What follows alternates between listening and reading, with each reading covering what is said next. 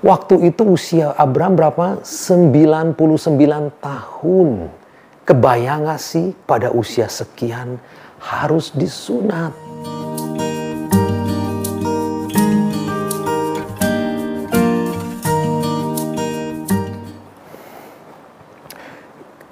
Kita ketemu lagi, sekarang kita sudah sampai di episode yang ke-6. Dan kita akan membicarakan tentang kekeliruan dari Abraham. Dan juga tentang lahirnya Ishak. Jika terakhir kita sudah bahas sampai di Kejadian bab 15, di mana iman Abraham itu sudah mulai bertumbuh, dan kemudian Tuhan mengadakan perjanjian dengan Abraham dengan lebih serius ya, dengan disertai dengan sumpah. Nah, kita sekarang akan masuk ke dalam bab 16, masih terkait dengan Abraham. Jadi terakhir kali itu ketika kita membahas bahwa Abraham itu kan tahun demi tahun berlalu ketika Tuhan itu menjanjikan Abraham keturunan sebanyak bintang di langit, tetapi Sarai masih juga belum memiliki anak. Itu di Kejadian 16, 1 dan 3. Jadi merasa putus asa, belum punya anak juga. Kemudian Sarai itu mengusulkan kepada Abram untuk apa? Menghampiri Hagar, hambanya. Dan Abram langsung menyetujuinya ya. Ide yang buruk ini. Mungkin pembaca masa kini sedikit heran dengan hal ini ya, sulit diterima. Tapi singkat cerita, akhirnya Hagar itu kemudian memang mengandung. Dan secara aturan ya, anak yang nanti akan lahir itu menjadi milik dari nyonyanya Sarai. Sekali lagi pembaca ini akan heran, seolah-olah tidak ada kecaman terkait tindakan ini, seolah-olah hal yang biasa. Tapi sekali lagi kita bisa mengerti tindakan yang tidak baik ini dari apa? Dari akibat yang ditimbulkannya. Jadi seperti Hawa ya dulu itu memberikan buah terlarang kepada Adam, maka kali ini pun Sarai memberikan buah terlarang kepada Abram.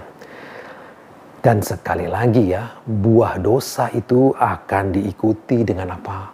Perpecahan, perdebatan, persaingan, dan ketidakbahagiaan di keluarga Abram. Sebagai catatan saja ya, di dalam Alkitab ketika seseorang memiliki lebih dari satu istri, biasanya akan membawa masalah. Setelah Hagar mengandung, karena sanggup memberikan apa yang tidak sanggup diberikan oleh Sarai, maka Hagar itu memandang rendah nyonyanya. Sarai ya, maka Sarai pun marah dan mengeluh kepada Hagar, kemudian apa? Menindas Hagar, sehingga Hagar pun lari ke padang gurun. Merasa ditelantarkan, Hagar kemudian menemui Tuhan yang kemudian menenangkannya. Maka ia menamakan Tuhan yang Maha Melihat. Tidak seperti orang-orang yang biasanya merendahkan dia, melihat dia sebagai objek semata. Dan ingat, Abram dan Sarai itu kalau memanggil Hagar itu tidak pernah memanggil namanya, tapi menyebutnya sebagai pembantu. Dan lebih dari itu ya, kalau Tuhan bagaimana? Tuhan kalau memanggil Hagar itu memanggil namanya Hagar ya, dikatakan begitu. Karena apa? Karena ialah Allah yang penuh kasih. Lebih dari itu juga Tuhan itu apa? Mengizinkan Hagar itu melihat dia. Itu bisa dibaca di Kejadian 16 ayat 13. Bukankah di sini kulihat dia yang telah melihat aku? Nah, saya suka terjemahan versi bahasa Inggris dari Revised Standard Version yang akhir-akhir ini cukup populer ya. Kata-katanya demikian, "Have I really seen God and remain alive after seeing Him?" Jadi masih hidup ketika melihat dia. Ya karena biasanya kan sering dikatakan dalam Alkitab itu kalau ketemu Tuhan itu bisa berujung kepada kematian. Dan nyatanya Hagar itu tidak. Ya, nanti bisa dibandingkan dengan ayat-ayat berikut ini nih.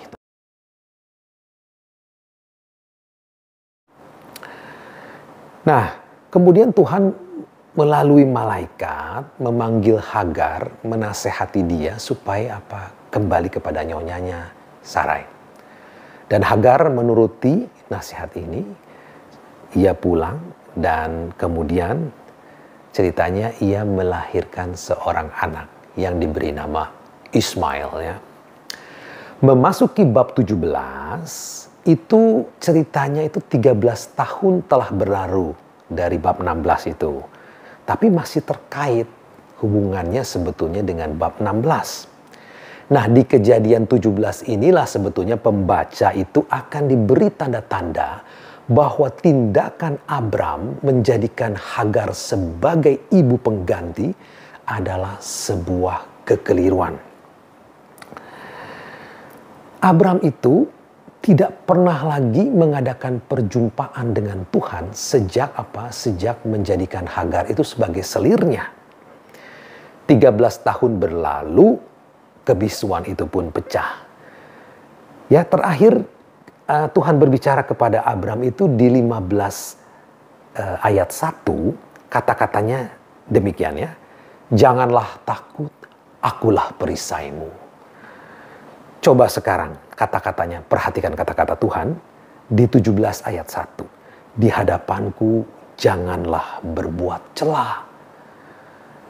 Jadi Abraham gagal paham akan firman Tuhan ya, karena apa? Dia takut tidak punya anak dari Sarai. Jadi dengan menghampiri Hagar, Abram sesungguhnya telah melakukan perbuatan tercela. Di bab 17 ini sekali lagi kemudian Tuhan mengadakan sumpah perjanjian dengan Abram bahwa ia akan mempunyai keturunan yang banyak. Dan untuk menunjukkan bahwa keturunan masa depan Abram itu, Tuhan kemudian mengubah nama Abram yang artinya secara harafiah Bapa yang mulia menjadi Abraham, Bapa segala bangsa. Dan Sarai pun berubah menjadi Sarah, Ibu segala bangsa. Nah ini, janji ini kan ya Bapa segala bangsa itu kedengarannya luar biasa. Tapi untuk mendapatkan janji ini, Abram harus disunat. Waktu itu usia Abram berapa? 99 tahun. Kebayang gak sih pada usia sekian harus disunat? Mengapa Tuhan itu harus memakai cara yang cukup menyakitkan ini untuk membuat perjanjian dengan Abraham? Kenapa juga Tuhan mengadakan perjanjian lagi setelah mengadakan perjanjian di bab 15? Jawabannya adalah karena tindakan tercela tadi terhadap Hagar. Di bab 16 itu narasi sudah menunjukkan bahwa perjanjian yang dibuat adalah sebagai upaya penebusan dosa. Jadi saudara-saudara, teman-teman semua ya, sunat itu bisa jadi merupakan simbol teguran. Karena apa? Karena bagian dari tubuh Abraham telah digunakan untuk mengacaukan rencana Allah. Jika di Kejadian 15 ia harus memotong binatang, kali ini dia harus memotong dirinya sendiri. Ya sekali lagi artinya yang dilakukan adalah untuk mengadakan perjanjian ini menjadi lebih serius. Dan tanda sunat adalah suatu peringatan sebagai harga yang harus dibayar karena tidak beriman kepada Allah. Teman-teman semua, terkait memotong ya ini ya, sebagai tambahan aja catatan bahwa kalau kita di sini kan mau mengadakan perjanjian itu kalimatnya pakai mengadakan ya, tetapi kalau di dalam Ibrani itu memakai kata memotong. Jadi kalimatnya memotong perjanjian. Karena apa? Karena di dalam perjanjian biasanya melibatkan apa? Ritual pemotongan. Di dalam pemotongan itu biasanya berarti kan ada darah. Sekali lagi mempunyai dua arti. Darah itu jika kedua pihak menyatukan darah mereka, maka mereka terikat menjadi saudara ya. Dan kedua, jika salah satu pihak berkhianat, biasanya diikuti dengan pertumpahan darah. Narasi Alkitab ya menunjukkan bahwa perjanjian sunat ini berlaku untuk seluruh keturunan laki-laki dari Abraham, baik Ismail maupun Ishak. Bagi Ismail, usianya kan 13 tahun saat itu, menjadi usia di mana bangsa Mesir itu menyunati anak mereka sebagai tanda apa? Tanda kedewasaan. Sedangkan terhadap Ishak, sang keturunan terjanji, itu pada usia 8 hari. Sebagai tanda apa? Sebagai tanda perjanjian sebagai anak-anak Allah. Ya, itu bedanya. Pada bab 15, Tuhan itu menjanjikan Abraham keturunan yang banyak, tapi memang tidak menyebutkan bahwa itu akan lahir dari siapa, ya. Dari Sarai, tidak. Tetapi setelah peristiwa dengan Hagar, Tuhan itu menjanjikan kembali seorang anak laki-laki dan lebih spesifik disebutkan akan lahir dari Sarai. Abraham bagaimana menanggapi hal ini? Dia tertawa, ya. Tapi kita akan lihat siapa yang akan lebih tertawa, ya. Nah, setelah memperbaharui perjanjian, Abraham diceritakan menyambut 3 orang pengunjung, 3 orang tamu itu ke kemahnya.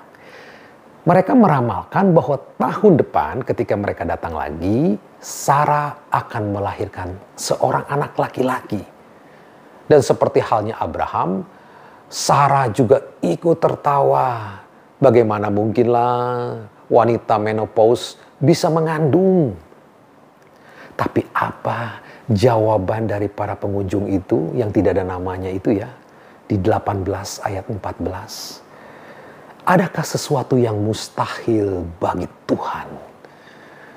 Suatu yang kelihatannya sangat lamban, ya, dipelajari oleh Abraham dan Sarah.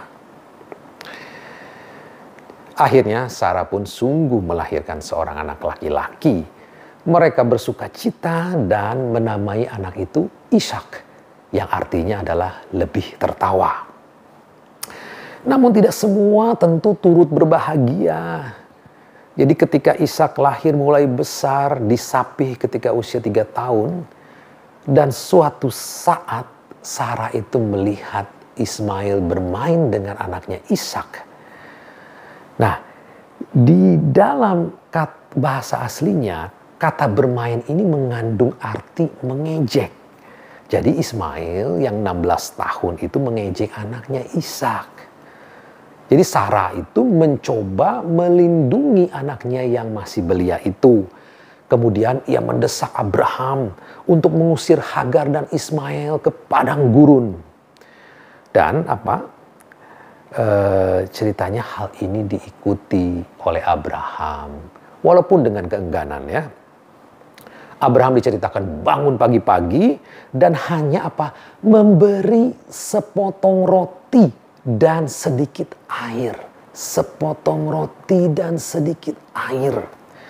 Bekal sejumlah itu tentu tidak memadai kalau memang harus dibuang ke padang gurun.